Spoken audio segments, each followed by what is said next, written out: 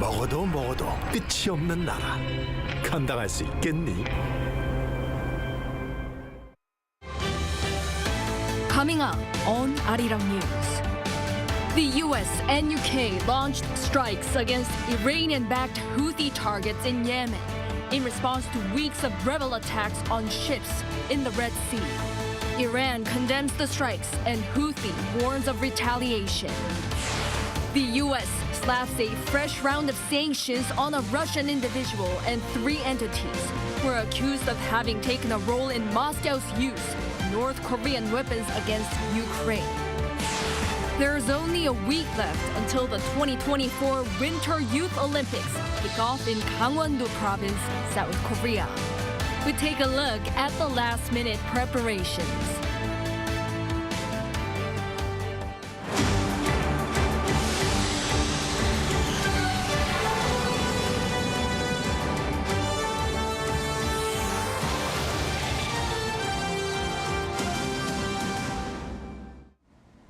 Good evening. It's 9 p.m. here in Seoul. Thank you for joining us on Arirang News. Middle East is where we start tonight. The U.S. and the U.K. have launched military strikes against Iran-backed Houthi targets in Yemen in response to weeks of rebel attacks on ships in the Red Sea. Iran has condemned the strikes and Houthi warns of retaliation, raising fears of the Israel-Hamas conflict widening across the Middle East. Our An Sung-jin leads us off. Tensions have escalated further in the Middle East after the U.S. and the U.K. launched airstrikes against Iran-backed Houthi military targets in Yemen. The attack on Thursday local time is a retaliation against Houthi drone and missile attacks on ships passing through the Red Sea. The U.S. and the U.K. targeted the group's military infrastructure, weapons storage, and air defense facilities, while Australia, Canada, the Netherlands, and Bahrain supported with logistics. The U.S. military denounced Houthis' actions as, quote, illegal and dangerous, and said that they, quote, will be held accountable. There are now concerns that the presence of the U.S. and U.K. may further escalate the regional crisis. Iran was quick to rebuke the airstrike, saying that it further, quote, fueled insecurity and instability in the region, and added that further action should be prevented in fear of a wider war. Houthi military officials responded by calling the airstrikes foolish, while Saudi Arabia emphasized the need to further avert military attacks. Eyes are on Iran as to whether this will further trickle into a U.S.-Iran war or remain a proxy conflict.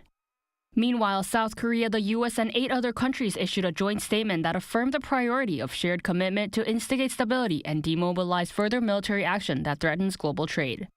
The ongoing regional crisis escalated as the Houthi militants began attacks on commercial ships in the Red Sea and Suez Canal in support of Palestine in the Israel-Hamas war. An Sung-jin, Arirang News. An Iranian Navy has seized a U.S.-linked oil tanker in the coast of Oman, saying it is in retaliation for the United States confiscating Iran's oil on the same vessel last year. Shin Ha-young has details. The Iranian Navy seized an oil tanker, the St. Nicholas, in the Gulf of Oman on Thursday morning local time, according to Iran's state-run Tasnim news agency. The media outlet reported that the action was taken in compliance with an order from an Iranian court and was allegedly in retaliation for the confiscation of the same tanker and Iranian oil by the U.S. last year. According to the BBC, the oil tanker was in transit between the Iraqi port of Basra to its intended destination in Turkey when it was boarded by masked gunmen who ordered that the vessel's course be altered toward an Iranian port. There is believed to be 1 Greek and 18 Filipino nationals aboard as crew members on the Marshall Islands flagged ship. The location of the seizure is the Strait of Hormuz, a vital oil trading route for major oil production countries, including Saudi Arabia, the UAE, Iran, and Iraq. 1/3 of the world's natural gas consumption and 1/6 of the world's oil passes through the region. In response, the White House strongly condemned the action and urged the ship's immediate release. The Iranian government should immediately release the ship and its crew. These provocative and unacceptable actions need to stop. We'll continue to work with our allies and partners to deter and confront the full range of Iran's concerning and destabilizing behavior in close coordination, of course. Iran has previously warned of a strong response to the conflict in Gaza, as well as the assassination of a Hezbollah leader and airstrikes on Iran-linked facilities in Syria. And with attacks by Yemen's Houthi rebels on ships passing through the Red Sea, the capture of the St. Nicholas is expected to further intensify tensions in the region. 신하영, Arirang News.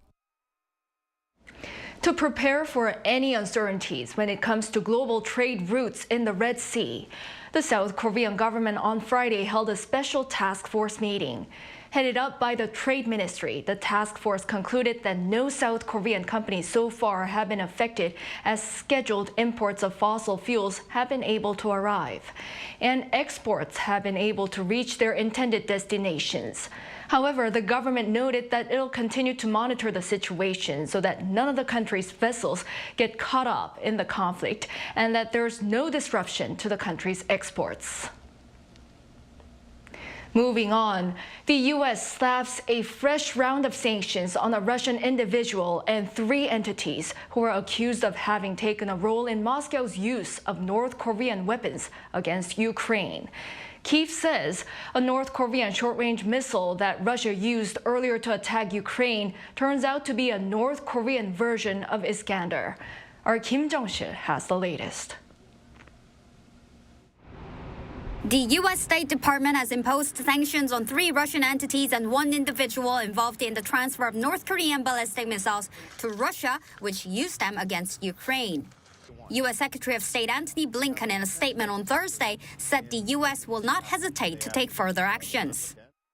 You see, Russia is the permanent member of the United Nations Security Council, so the UN Security Council is kind of dysfunctional at this moment. So these countries, NATO, South Korea, Japan, and United States cooperate with each other and put more sanction on both Russia and North Korea. Both Moscow and Pyongyang denied the arms transfers, but the South Korean Unification Ministry says such transfers are evident. Despite repeated denials from both Russia and North Korea, the arms transfers are an evident fact. Such arms deals are a violation of UN Security Council resolutions and a legal act that disrupts international order. The deputy spokesperson added the arms deal must be stopped immediately. Kyodo News, citing the Ukrainian Defense Ministry, reported on Friday that the wreckage of a missile by Russian forces on January 2nd in eastern Ukraine turned out to be a North Korean short-range ballistic missile. The authorities said the missile is likely a KN-23, or also known as the North Korean version of Iskander, the name of Russia's short-range ballistic missile. A South Korean expert said the KN-23 is a conventional short-range ballistic missile, which has a range of about 600 kilometers. The Ukrainian authorities are claiming that the missile is North Korean-made because when they analysed the wreckage, it was larger in diameter than the Russian Iskander missile. The expert added that the military cooperation between Pyongyang and Moscow will likely accelerate in the future and that it could affect not only the war in Ukraine, but also the security on the Korean peninsula. Kim Jong-sil, Arirang News.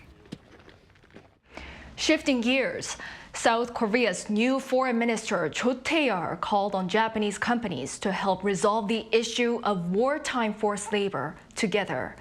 In a press briefing on Friday, he said he hopes Japanese firms could ride on the same boat to settle the long-lasting historical issues that stem from the Japanese colonial rule of Korea before and during World War II.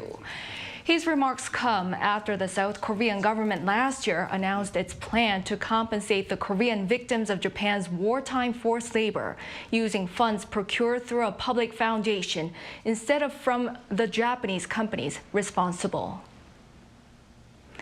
Over in Taiwan, voters there will be heading to polls tomorrow as the world watches to elect a new president who will lead the island for the next 4 years. Our foreign affairs correspondent Bae Eun-ji has more on what is at stake and how the election will affect U.S. China relations.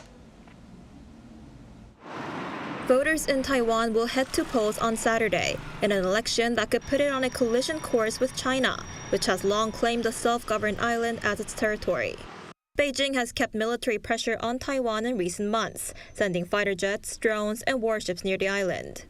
For the past 8 years, Taiwan has been led by current President Tsai Ing-wen, a member of the independence-leaning Democratic Progressive Party, who cannot run again because of term limits. 4 years ago, Taiwan a landslide victory. But this year, recent opinion polls show the ruling party candidate is only ahead by a narrow margin. The ruling DPP candidate William Lai Ching-te has called for voters to choose the right path to keep Taiwan's democracy strong. China's desire to swallow up Taiwan was the country's national policy as they strive for world hegemony. If the DPP wins, it will be making history by winning a record third straight term in power. And if that happens, China will likely increase military action around the Taiwan Strait even more, while also possibly imposing economic sanctions against Taiwanese exports to China. Meanwhile, Taiwan's main opposition party, the Kuomintang or KMT, favors closer economic ties with Beijing and has said the voters face a choice between war and peace. Its presidential candidate, Hou Yu-ih, says he will be able to engage in dialogue with China, which he says his opponent isn't capable of. I abide by the Constitution of the Republic of China, uphold Taiwan's democratic and free system. I oppose one country, two systems, and I oppose Taiwan independence. If the KMT wins, it will mean a relatively higher level of stability around the Taiwan Strait. But this may come at the expense of a slowdown of its relations with the U.S., which has been warming up in recent years. And this year, a third party called the Taiwan People's Party, or TPP, has also entered the race and stands somewhere in between the two dominant parties. The result of this week's election is expected to signal where U.S. China relations are headed, as Washington has been showing support for the self-governed island. A non-resident fellow at U.S. think tank the Atlantic Council, who's currently in Taiwan, says a change in relations between China and Taiwan from this election could affect how the U.S. and China manage their ties, as Taiwan is a crucial partner to Washington, both diplomatically and economically. Taiwan is an indispensable partner to the U.S. broader regional Indo-Pacific strategy. And that's also, Taiwan is also being a major producer of leading cutting-edge technologies such as advanced semiconductor chips, for example. So if China-Taiwan relations warm up significantly, including warming up economic ties, that may create challenges in terms of how U.S. is strategically and economically de-risking and hedging against China. With Washington ready to work with both Taipei and Beijing to avoid escalating tensions, regardless of which candidate wins, all eyes are now on how the outcome of the election will reshape global politics. Peunji, Arirang News.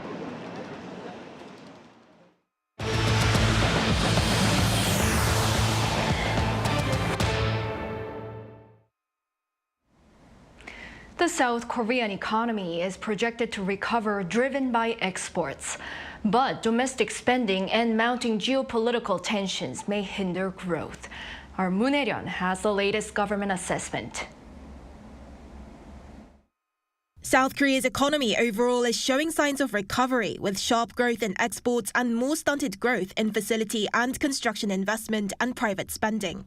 The Economic Green Book released by the Ministry of Economy and Finance on Friday showed that while inflation is slowing and semiconductor exports are increasing, external conditions are continuing to contribute to economic uncertainties.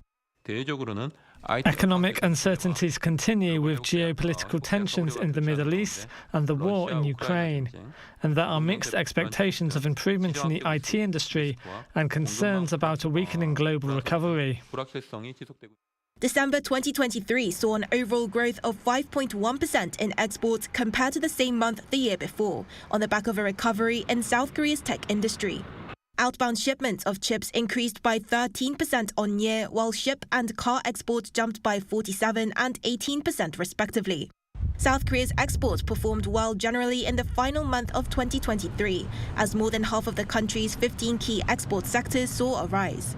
The start of 2024 also saw a rebound in exports to China for the first time in 20 months. Consumer sentiment also showed an improvement, with the Consumer Sentiment Index rising by more than 2 points compared to November. The on-year increase for consumer prices recorded in December was the lowest seen since July at 3.2%. That being said, retail sales, a key gauge of private spending, fell by 0.3% on year.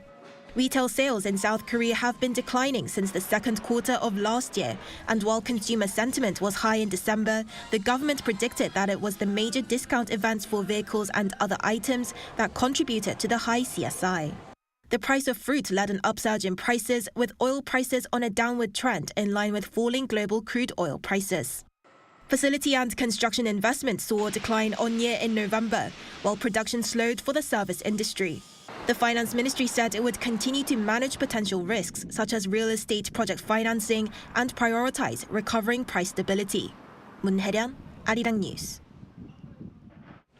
In the U.S., consumer prices rose higher than expected in December on the back of housing and healthcare expenses. Lee Sun-kyun has more.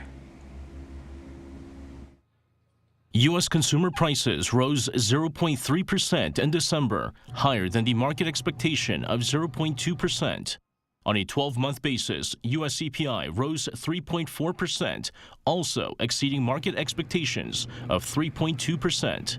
Core CPI, which excludes volatile food and energy prices, also rose 0.3% for the month and 3.9% year-on-year. However, the on-year core reading was the lowest since May 2021. The larger-than-expected gains in consumer prices come on the back of rising shelter prices and healthcare. Shelter prices rose 0.5% for the month and accounted for more than half the core CPI increase. On year, shelter costs rose 6.2%, or roughly two-thirds of the rise in inflation. The U.S. Fed believes significant progress has been made in stabilizing prices, but the current interest rate level will have to be maintained for the time being. However, Fed and market consensus has been split on the number of rate cuts in 2024. While the Fed believes there will be 3 rate cuts in the year, markets expect 6 rate cuts this year. Meanwhile, on the first day of Bitcoin ETF trading in the U.S. on Thursday, prices of Bitcoin rose sharply before dropping back down. According to American cryptocurrency exchange Coinbase, the price of Bitcoin exceeded $49,000 on some exchanges in the early trading period, but fell back down to the $46,000 range later in the afternoon.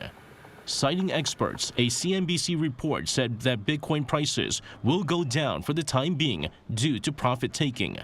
The second largest cryptocurrency by market capitalization, Ethereum, also saw a sharp increase in its price. The U.S. Securities and Exchange Commission approved the listing and trading of Bitcoin spot ETF, with trading beginning on the New York Stock Exchange on Thursday. Lee Sun-kyun, Arirang News. With January rolling around, the annual World Economic Forum in Davos, Switzerland will kick off next Monday under the theme of Rebuilding Trust. The world's biggest global economy forum is to run for 5 days and will have 380 events within it, with around 2,800 global economic figures in attendance. Representing South Korea this year will be Prime Minister Han Duck-soo, who's set to meet with leaders of other countries and key companies to discuss South Korea's cooperation with them. The Prime Minister's office says he'll share South Korea's vision as a global pivotal state and explain its direction of policy to the rest of the world. And we're exactly a week away from the start of the Winter Youth Olympic Game Gangwon 2024. Our culture correspondent Song Yu-jin provides us with a glimpse of what we can expect. Get ready to meet the future stars of winter sports. There's just a few days to go until Asia's first Winter Youth Olympic Games kicks off in South Korea's Gangwon province. 1,900 athletes aged between 15 and 18 years old will compete in 15 disciplines across 7 sports. Emphasizing sustainability, the Games will mostly reuse the venues from the 2018 Pyeongchang Winter Olympics. The Gangneung Ice Arena is once again the stage for curling, figure skating, and short track speed skating. The nearby Gangneung Hockey Center will host ice hockey as well as 3-on-3 ice hockey, a Youth Olympic exclusive discipline. So this is the Gangneung Oval, which will host the speed skating events as well as the opening ceremony. Now, just a month ago, this oval had concrete floors because it had been used as a film studio and an exhibition hall after the 2018 Pyeongchang Winter Olympics. But now, as you can see, the floors are gleaming white with ice, ready for the Games. There's no need to worry about ice quality, as the International Olympic Committee gave the rink a green light when it conducted ice-making tests last March. But before the Games, the Oval will first be the stage for the opening ceremony. In charge is Apollo Yang, the executive producer of the opening and closing ceremonies of the Pyeongchang Olympics. Despite its smaller size and budget, the message is anything but small. Our theme, Let Us Shine, puts the spotlight on each and every athlete participating in the Games. They're all the main characters, and the future holds infinite possibilities. We're aiming for a youthful, modest, yet vibrant ceremony that reflects the dreams and dynamism of teenagers. And for the first time in Olympic history, Gangwon 2024 will feature a digital cauldron using cloud computing. This again links to sustainability. If we were to use the traditional cauldron, we would need to use gas. As we've become more conscious and aware about the environment, we wanted to try something new. As excitement builds, Gangwon 2024 is gearing up to inspire and entertain athletes and fans around the world. 송유진, Arirang News, Gangneung. In other news, the Cultural Artists Solidarity Association have urged authorities and the media to change following the death of actor Lee Sun-kyun. In a press conference on Friday, 29 culture and art groups and some 2,000 actors called for change to prevent similar deaths in the future. At the time of his death, Lee was being investigated for alleged drug use. He had insisted on his innocence and had been tested negative for drugs. Director Bong Joon-ho of Parasite led the press conference and called for a clear investigation to discover the truth behind Lee's death, as well as a revision of the law to protect cultural artists. He also requested media outlets to delete articles that do not fit in the purpose of journalism and invade privacy.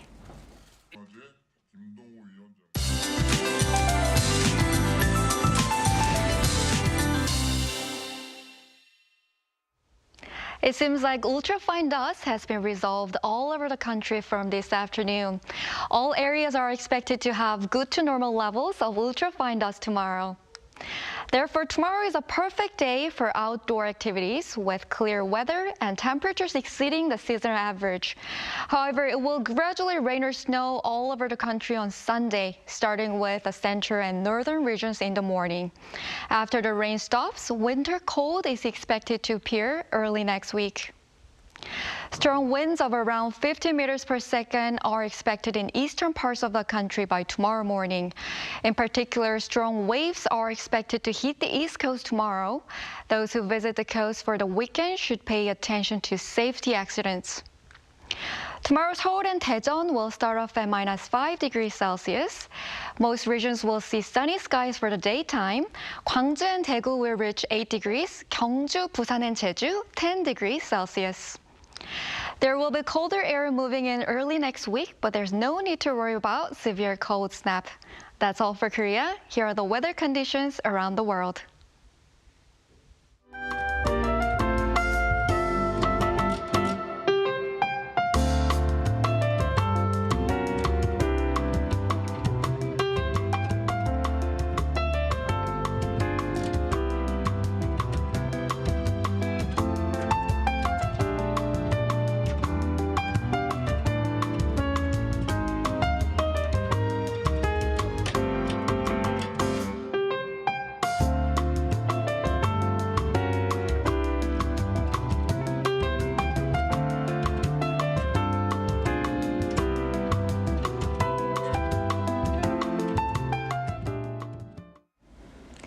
Well, that is all for this newscast tonight. Thank you for watching. We'll be back at 10 p.m. with the AI headline news. Hope everyone has a good weekend and a good night.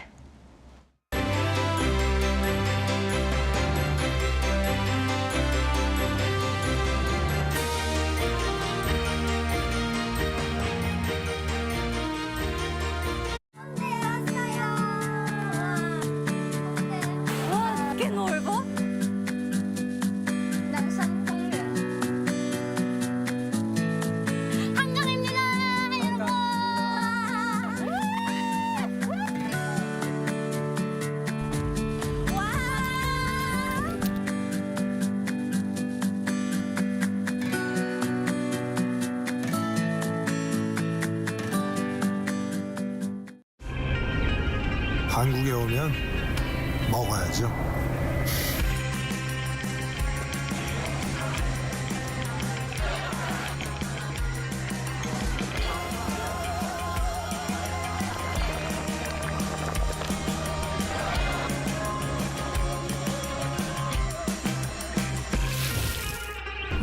먹어도 끝이 없는 나라. 감당할 수 있겠니?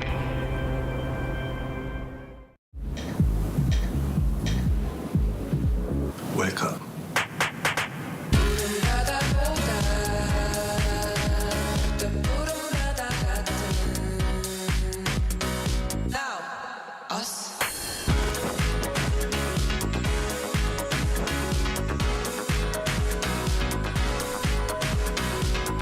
엄청난 에너지를 춤으로 뿜어내는 나라.